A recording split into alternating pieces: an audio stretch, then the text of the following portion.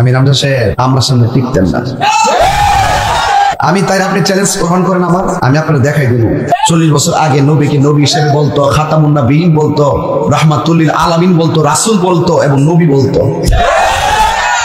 দেখাইতে না পারলে গান কেটে জুতার তলা লাগাই দেন। মুফতি গিয়াসউদ্দিন তাহেরি মুফতি আমির হামজাকে চ্যালেঞ্জ করলেন এবং মুফতি আমির হামজা সে চ্যালেঞ্জ গ্রহণ করলে কুরআন হাদিসের ব্যাখ্যা দিয়ে বুঝিয়ে দিলেন যে কে সঠিক কে বেঠিক, আহমদুল্লাহ সাহেব নাকি গিয়াসউদ্দিন তাহেরি। তো চলুন সেই বিষয়টা আগে বিস্তারিত ভিডিও আকারে দেখি, তারপর বাকি কথা বলবো ইনশাল্লাহ। তো আমির হামজার সাহেবের কথাগুলো মনোযোগ সহকারে শুনবেন এবং বোঝার চেষ্টা করবেন, তাহলে বুঝে আসবে যে কে সঠিক কে বেঠিক। তো চলুন আগে ভিডিওটি দেখে তারপর বাকি কথা বলছি। আমি রামজান সাহেব আমার সামনে টিকতেন না। আমি তাই আপনি চ্যালেঞ্জ গ্রহণ করেন আমার, আমি আপনাকে দেখাই দেব। 40 বছর আগে নবীকে নবী হিসেবে বলতো, খাতামুন নবীন বলতো, রাহমাতুল আলামিন বলতো, রাসূল বলতো এবং নবী বলতো। দেখাইতে না পারলে গান কেটে জুতার তলা লাগাই দেন। তারপরেও তিনি রাসূলুল্লাহ হিসাবে গণ্য হয়েছিলেন 5 বছর বয়সে, 10 বছর বয়সে না। তিনি রাসূলুল্লাহ হয়েছিলেন কত বছর বয়সে? 40 বছর বয়সে। যে জিনিস পেয়ে তিনি রাসূল হলেন তার নাম কোরআন। তার নাম কি? কোরআনে কারীম নাজিল হওয়ার আগ পর্যন্ত তিনি মুহাম্মদ ইবনে আব্দুল্লাহ হিসাবে পরিগণিত ছিলেন এলাকাতে। তার চরিত্রের সার্টিফিকেট দেওয়া হিসাবে মানুষেরা হয়তো তাকে বলতো যে আপনি আল আমিন, আস সাদিক, এই সমস্ত নামগুলো, কিন্তু রাসূলুল্লাহ কেউ বলতো না। রাসূলুল্লাহ হওয়ার আগে 17 বছর বয়সে একটা সংগঠন বানিয়েছিলেন, হিলফুল ফুজুল, শান্তির সংঘ। 17 থেকে 40 বছর, 23 বছর একাধারে চেষ্টা চালালেন দেখি দুনিয়াতে শান্তি প্রতিষ্ঠা করা যায় কিনা। যেহেতু আল্লাহর নির্দেশ এবং কোরআনের নির্দেশ আসে না, এজন্য 23 বছরে কাঙ্ক্ষিত মানের শান্তি তিনি প্রতিষ্ঠা করতে পারেন। একই মানুষ 40 বছরে কোরআনে কারীম পেলেন, 63 বছরে দুনিয়া থেকে বিদায় নিলেন। এইটাও 23, এটাও কত? আগের 23-এর ফল 0, পরের 23-এ তিনি লক্ষ লক্ষ মানুষ হাজির করেছিলেন এই কোরআনের পতাকা তোলে। কথা বলেন এখন। এমনকি শেষ ভাষণ যেদিন দিচ্ছিলেন তার ভাষণ ছিল মাত্র 27 মিনিট। বিদায় হজের ভাষণ কয় মিনিট? আর আমাদের নাকি 2-3 ঘন্টা ছাড়া ওয়াজই সাটে না, কারণ আমাদের কথার ভেতরে তো কোনো অর্থ নেই। নবীজির প্রতিটি কথার ভেতরে লক্ষ লক্ষ কথা লুকিয়ে থাকতো। সুবহানাল্লাহ বলে। যেন আমরা কথা বলবো অল্প, তাৎপর্যপূর্ণ, গবেষণাপূর্ণ, এই সমস্ত কথাগুলো বলে মানুষ যেন চিন্তা ভাবনা করে। আল্লাহ রাব্বুল আলামিন বলেন, ওয়ানজালনা ইলাইকায যিকরা লিতুবায়্যিনা লিন-নাসি মা নুযিলা ইলাইহিম ওয়া লা'আল্লাহুম ইয়াতাফাক্কারুন। সূরা নাহলের 44 নম্বর আয়াতের শেষের দিকে আল্লাহ জানিয়েছেন, হে নবী, এই কিতাব, এই জিকির, এই আলোচনা আপনার কাছে আমি কেন দিলাম জানেন? আপনি জীবিত মানুষদের সামনে স্পষ্ট ব্যাখ্যা বিশ্লেষণ করে বোঝাবেন।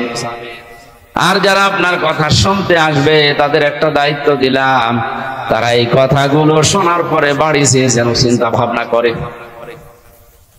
যেন এই মাহফিল প্রতিদিন হয় না, 1 বছর পরে মাত্র 4-5 ঘন্টার জন্য হচ্ছে, সেখানে আমার মাত্র 1 ঘন্টা 10-15 মিনিট। এই 1 ঘন্টা 10-15 মিনিটের ভেতরে যে কথাগুলো কোরআন থেকে, হাদিস থেকে গবেষণামূলক ভাবে আমরা বলার চেষ্টা চালাবো, আপনাদের উচিত হচ্ছে এই কথাগুলো নিয়ে আসলে আমাদের প্র্যাকটিক্যাল লাইফে চিন্তা ভাবনা করা। নবীজির প্রথম 23 বছরে ফল ছিল, পরের 23 বছরে তিনি হিরো বানিয়েছিলেন হযরতে ওমরের মতো, আবু বকরের মতো। এমনকি তার সামনে যখন বিদায় হসে 27 মিনিটের বক্তব্যের সময় মানুষ ছিল তার সামনে প্রায় 1,14,000।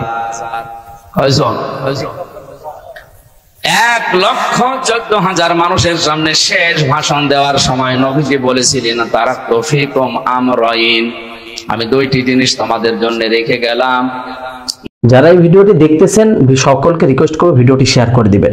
এখন মুফতি আমির হামজা সাহেব যেটা বুঝিয়েছে, বা আহমদুল্লাহ সাহেব যেটা বলতে চেয়েছে, বা গিয়াসউদ্দিন তাহেরি সাহেব যেটা বলতে, যার যার দৃষ্টিকোণ থেকে সে সঠিক। কিন্তু এখানে বিষয়টা হচ্ছে, পৃথিবীর সৃষ্টির আগে থেকেই আল্লাহ রসুল নবী হিসেবে সিলেক্টেড, তার নূরকে সৃষ্টি করা হয়েছে, এবং আল্লাহ পাক রব্বুল আলামিন তাকে যে কখন প্রেরণ করবেন দুনিয়াতে এটাও সিলেক্টেড। সে পৃথিবীর শুরুর আগে থেকেই নবী, এটা বাস্তব। তাহির হুজুরের এই কথাটা 100% বাস্তব। কিন্তু এখন এখানে বোঝার বিষয় হচ্ছে 40 বছর আগে আল্লাহ রসুলকে কেউ নবী বা রসুল বলে আখ্যায়িত করতো কিনা, নবী বা রসুল বলে ডাকতো কিনা, বা তাকে কি আখ্যায়িত করা হয়েছে কিনা। তাকে সে সিলেক্টেড হয়েছে নবী হিসেবে, রাসূল হিসেবে প্রেরণ করবে, কিন্তু মানুষের মাঝে কিন্তু সে নবুয়তি প্রাপ্তির পরে ইসলামের দাওয়াতটা শুরু করেছে, এর আগে কিন্তু করে নাই। কিন্তু তাকে আল আমিন হিসেবে সকলে বিশ্বাস করত এবং তার যে চরিত্র বা তার যে কার্যকলাপ সমস্ত কিছু দেখে কিন্তু সকলে তাকে আলামিন হিসেবে বিশ্বাস করত, যে তার মতন কোনো ব্যক্তি ইতিপূর্বে তারা কখনো দেখে নাই। কিন্তু রব্বুল আলামিন তার ভিতর অলৌকিক কিছু মুআজিজাও দিয়ে দিয়েছিল, কিন্তু কেউ কিন্তু নবী রাসূল বলে ডাকতো না। এই বিষয়টাই বাস্তব। সে নবুয়ত প্রাপ্ত হওয়ার আগে কিন্তু সে নবী ছিল না, এই কথাটাই আহমদুল্লাহ সাহেব বলেছে যে নবুয়ত প্রাপ্তির আগে সে নবী ছিল, নবুয়ত প্রাপ্তির পরে সে নবী হয়েছে। কিন্তু আমির হামজা সাহেবও এই কথাটাই বলছে সেম। কিন্তু গিয়াসউদ্দিন তাহেরি সে বলতেছে নবুয়ত প্রাপ্তির আগে সে নবী ছিল, নবী তো ছিল, কিন্তু সে আল্লাহ পাক রব্বুল আলামিনের সিলেক্টেড নবী ছিল, কিন্তু কেউ তাকে নবী রাসূল হিসেবে চিনতো না বা ডাকতো না।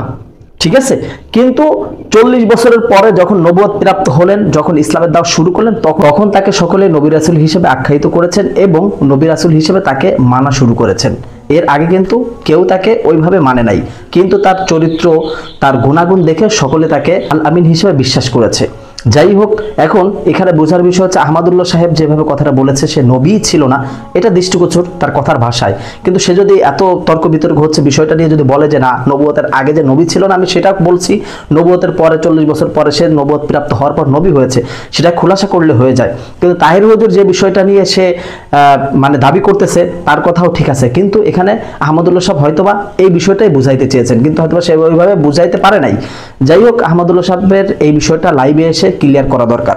যাই হোক দর্শক, আসলে আমি কোনো দল নিয়ে কথা বলছি না, যেটা লিগাল সেটাই আপনাদের সামনে তুলে ধরেছি।